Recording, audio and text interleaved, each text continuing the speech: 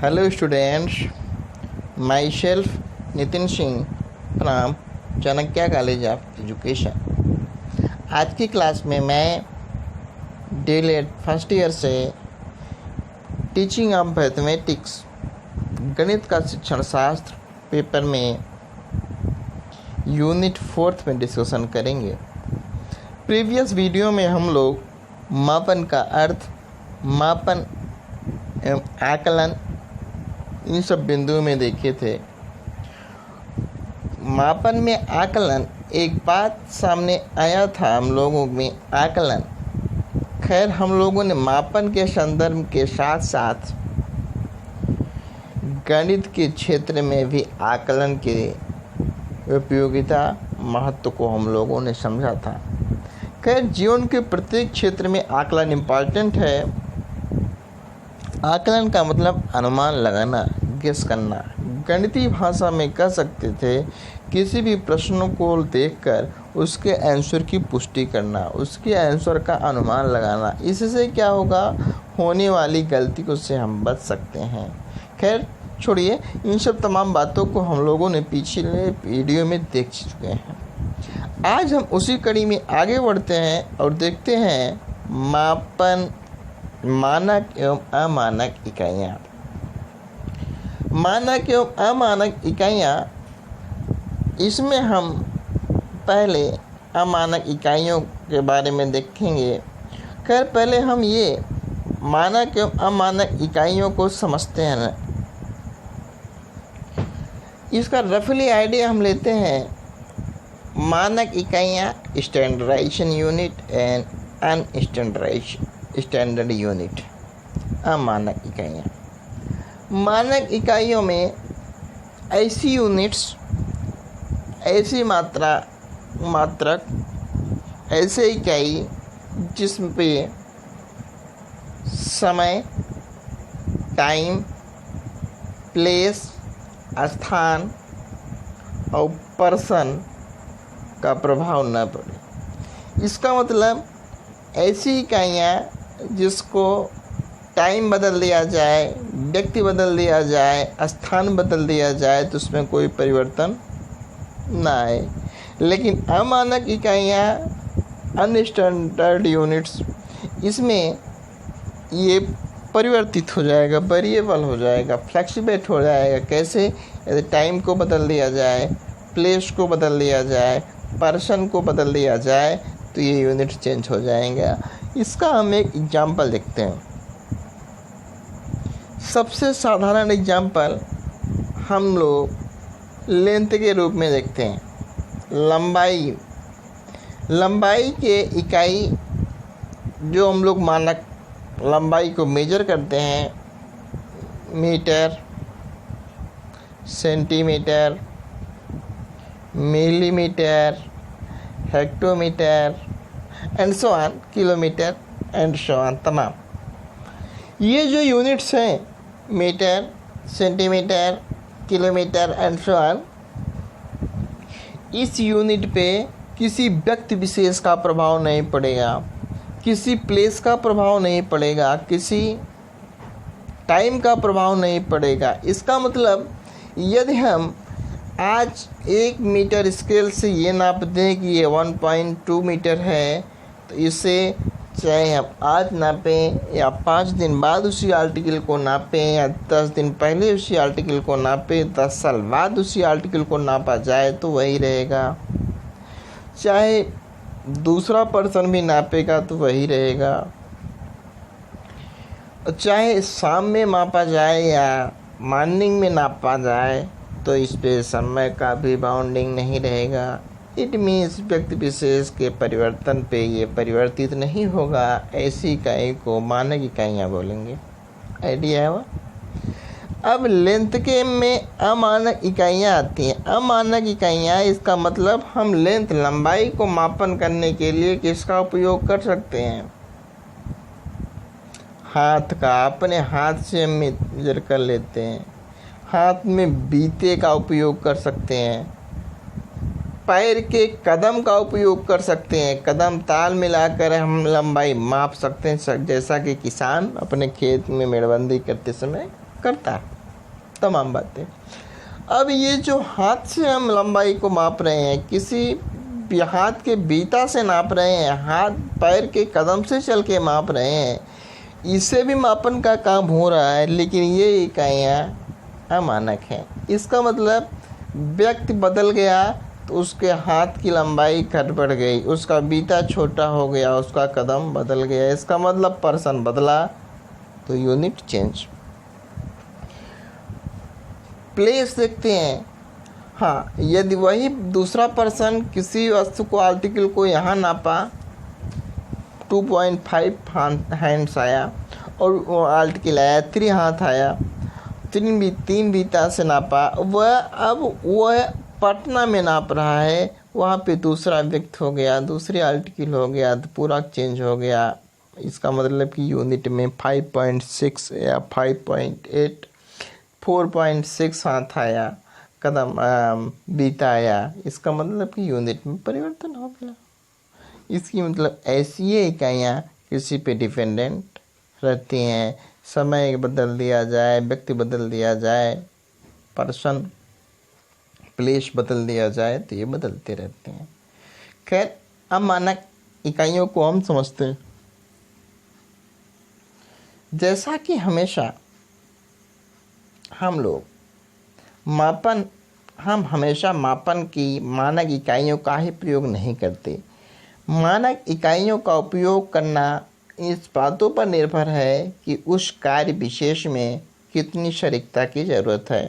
आपने भी अपने अनुभव में बहुत कुछ मापा होगा।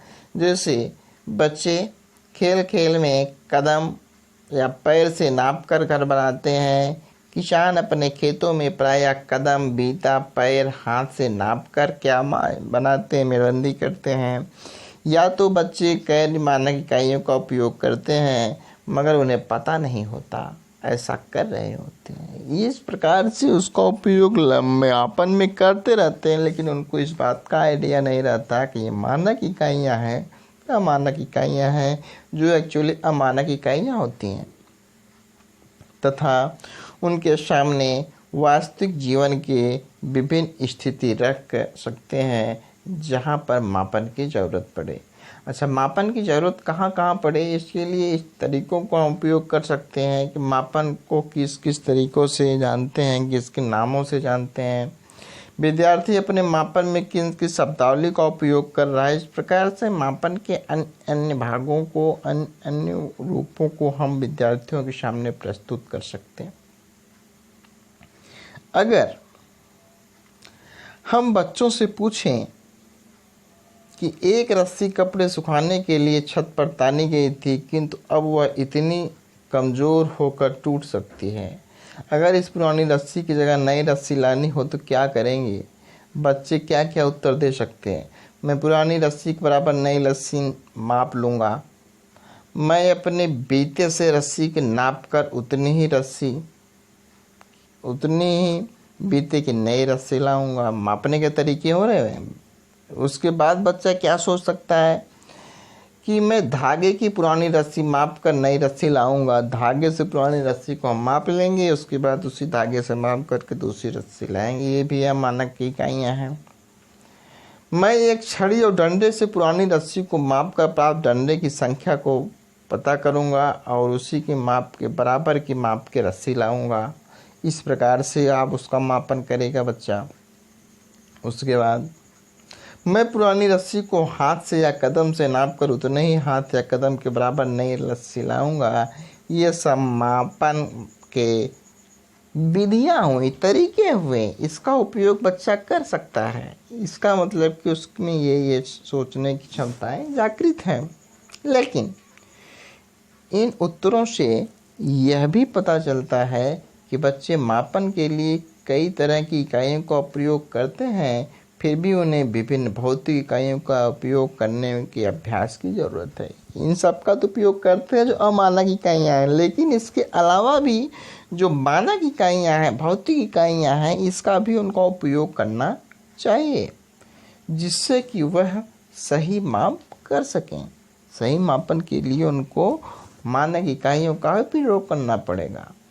बच्चे ऐसी इकाइयों का प्रयोग करते हैं जिन्हें देखा, छुआ या गिना जा सके। ये माचिस के डिब्बे से, पेंसिल से, डंडी से, क्रेयॉन से इत्यादि रूप में लंबाई को माप सकते।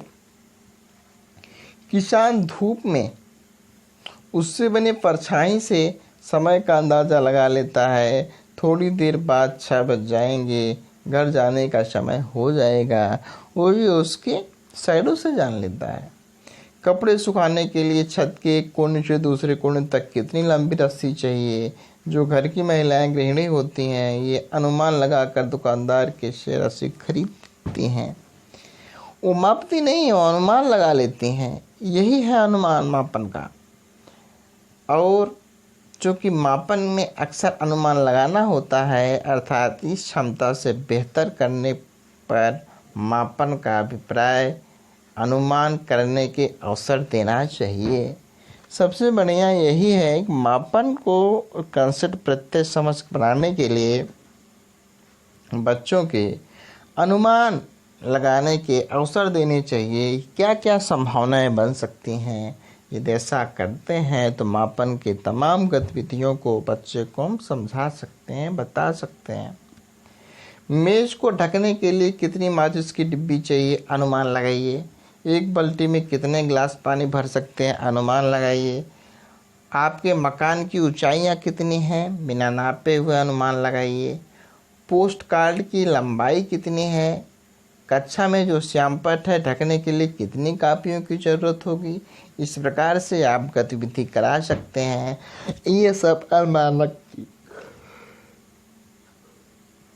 सब अमानक इकाइयाँ हैं जिसको स्थान, व्यक्ति, बुक परिवर्तन करने पर बदल जाएगा, परिवर्तित हो जाएगा।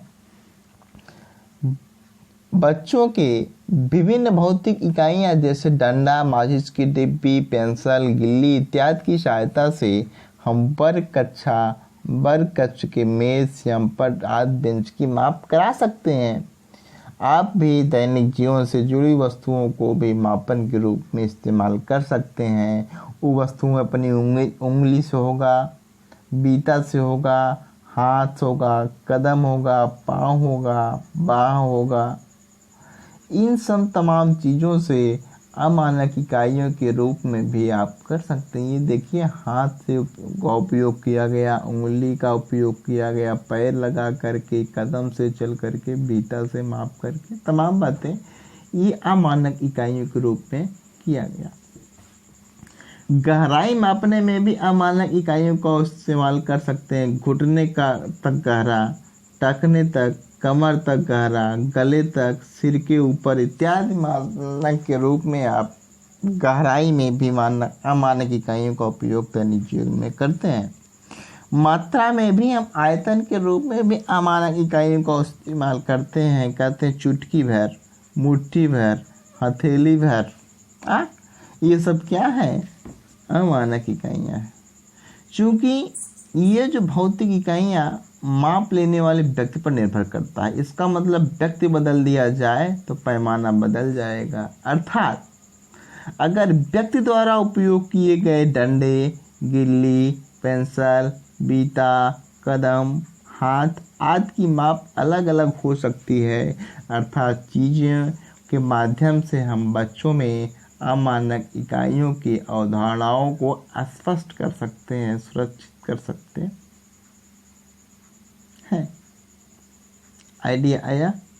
चलिए अब थोड़ा समझते हैं मानक इकाइयाँ, स्टैंडर्ड्स यूनिट्स। मानक क्या है, मानक इकाइयाँ क्या हैं, समझते हैं। अमानक के बारे में आइडिया हुआ। अब उसी कड़ी में मानक इकाइयों को समझते हैं। बच्चों को मानक इकाइयों की धारणा से तब अवगत कराना चाहिए, तब उसके बारे में डिस्कशन करना चाहिए जब वे उसकी आवश्यकता महसूस करें। इसका मतलब उनमें उसकी भूख, जिज्ञासा पैदा हो। यदि शिक्षक पहले ही झटके में ब्लैक बोर्ड पर एक रेखाखंड खींचकर उसकी लंबाई स्केल से माप दे, बच्चे को यह समझ ही नहीं पाते कि सेंटीमीटर में मानक इकाई क्यों कहते हैं। इस संदर्भ में आपको तरीका बताते हैं। इस प्रकार से हम मैच को भी अपना सकते हैं। इसका मतलब कि हम परंपरागत विधि से नहीं पढ़ाएंगे, ब्लैक बोर्ड पे मेजर कर दिया, स्केल से माप दिया, इस प्रकार से ये बन गया, ऐसा नहीं। इसके लिए हम क्या करेंगे, एक एग्जाम्पल समझते हैं, गतिविधि कराते हैं। एक बार संजू नाम ने बाजार में खरीदी गई साड़ी को अपने बच्चे आदित्य, आकृति को, अनन्या को अलग अलग मापने के लिए कहा। तीनों ने इस प्रकार नापा। आदित्य ने बताया कि साड़ी के माप 10 बाह है। आकृति ने बताया कि इसकी 9 बाह है। अनन्या ने बोला कि नहीं, 7.5 बाह है। अब श्रीमती मंजू ने बच्चों के माप में अंतर आने के कारण पूछा तो बताया कि उनकी बाहों की लंबाई छोटी बड़ी है, जिसके माप में अंतर आ गया। आकृति ने बताया तो फिर हम किससे नापें? अब उनमें मानक इकाइयों के उपयुक्त कैसे जोड़ा जाए जब तक इसकी भूख न हो जाएगी। वो तो अमानक इकाइयों के रूप में 3 रिजल्ट आए, लेकिन अब ये कन्फ्यूजन किसका सही माना जाए, ये बच्चा खुद बताएगा कि हम क्या करें। इसके लिए इन्होंने बताया कि हम मीटर स्केल का ऐसा पैमाना है। मीटर स्केल एक ऐसा पैमाना है जिसमें हम चाहे कोई भी माप लें, माप सदैव समान ही आता है। हम एक मीटर स्केल को मानक मान सकते हैं। इसका मतलब हम मीटर स्केल को मानक पैमाना मान सकते हैं। इसमें चाहे हम नापें, चाहे दूसरा व्यक्ति नापे, चाहे किसी और स्थान पे नापा जाए तो उतना ही आएगा, अर्थात जो परिवर्तित नहीं होगा, वो वेरिएबल नहीं है, इसका मतलब दृढ़ है। इसलिए ऐसे मापक को, ऐसी इकाइयों को मानक इकाइयाँ, मापने वाले यंत्र को मानक मापक कह सकते हैं। हम ऐसी स्थितियों का उल्लेख करें जो मानक इकाइयों की धारणा बच्चों में ला सके। इसका मतलब कि ऐसे गतिविधि कराएंगे जिससे मानक इकाइयों का कंसेप्ट बच्चों के मन मस्तिष्क में बन सके। इसी प्रकार अलग अलग बीमाओं वाली वस्तुओं का मापन क्रिया में प्रयुक्त होने वाली मापन की मानक इकाइयों का उपयोग की जाएगी, और इस प्रकार से अन्य गतिविधियों के माध्यम से, चर्चा के माध्यम से मानक इकाई, बिना मानक इकाई का उपयोग करके दोनों के प्रत्ययों को बच्चों के मन मस्तिष्क में करने के बाद गतिविधियों के माध्यम से, जैसे एक बच्चा फीते से नापा, दूसरा स्केल से नापा, तीसरा बच्चा ब्लैक बोर्ड को फीता से नापा, स्केल से नापा, चौथा बच्चा बीते से नापा, क्या आया, पांचवा बच्चा। इस प्रकार से आप बच्चों को गतिविधि करा सकते हैं। आप इसको मानक इकाइयों का कंसेप्ट बना सकते हैं। आपने एक ही चीज़ को, ये जो बीते से नाप रहे हैं, व्यक्ति बदल जा रहे हैं, परिवर्तित हो जा रहा है, लेकिन इसमें जो मानक इकाइयां हैं, जो स्केल से नापा जा रहा है, उसे कोई भी व्यक्ति माप कर रहा है तो सेम आ रहा है। अतः इसलिए मानक इकाइयां ही सर्वश्रेष्ठ हैं। गणित की पुस्तक में भी मानक और बीते की माप के द्वारा 2-3 बच्चों से गतिविधि करा सकते हैं। कक्षा कक्ष में खिड़कियों का भी मापन करा सकते हैं। किसी एक बच्चे का स्कूल बैग का मापन करा सकते हैं। इत्यादि गतिविधियों करा करके आप ऐसा माहौल, इन्वायरमेंट डेवलप कर करके बच्चों की इसकी जानकारी, प्रत्येक कंसेप्ट को स्पष्ट कर सकते हैं। गतिविधि करा करके इन सब के वस्तुओं के बारे में तमाम जानकारी आप दे सकते हैं। Thank you students. हाँ, हम अब आज के लिए इतना ही। हम नेक्स्ट वीडियो में लंबाई मापन के विविध साधन चुनाव या लंबाई मापन में होने वाली गलतियां, मापन के दौरान होने वाली गलतियों के बारे में देखेंगे। मापन करेंगे तो कैसे गलतियां हो जाती हैं, इन सब तमाम बिंदुओं के बारे में डिस्कशन करने के प्रयास करेंगे। आज के लिए इतना ही। आज हम लोगों ने क्या सीखा, मानक अमानक इकाइयों के बारे में सीखने का प्रयास किया। मानक इकाइयाँ क्या हैं, उसको बच्चों को कैसे सिखाया जाए, अमानक इकाइयाँ क्या हैं, उसके बारे में बच्चों के गोरे मन मस्तिष्क में क्या इससे कंसेप्ट को प्रत्यय भरा जाए, इन तमाम बिंदुओं को डिस्कशन चर्चा किया गया। वीडियो अच्छा लगा हो तो वीडियो को आप लोग लाइक करेंगे, शेयर करेंगे और चैनल को सब्सक्राइब करेंगे। आज के लिए इतना ही। Thank you class.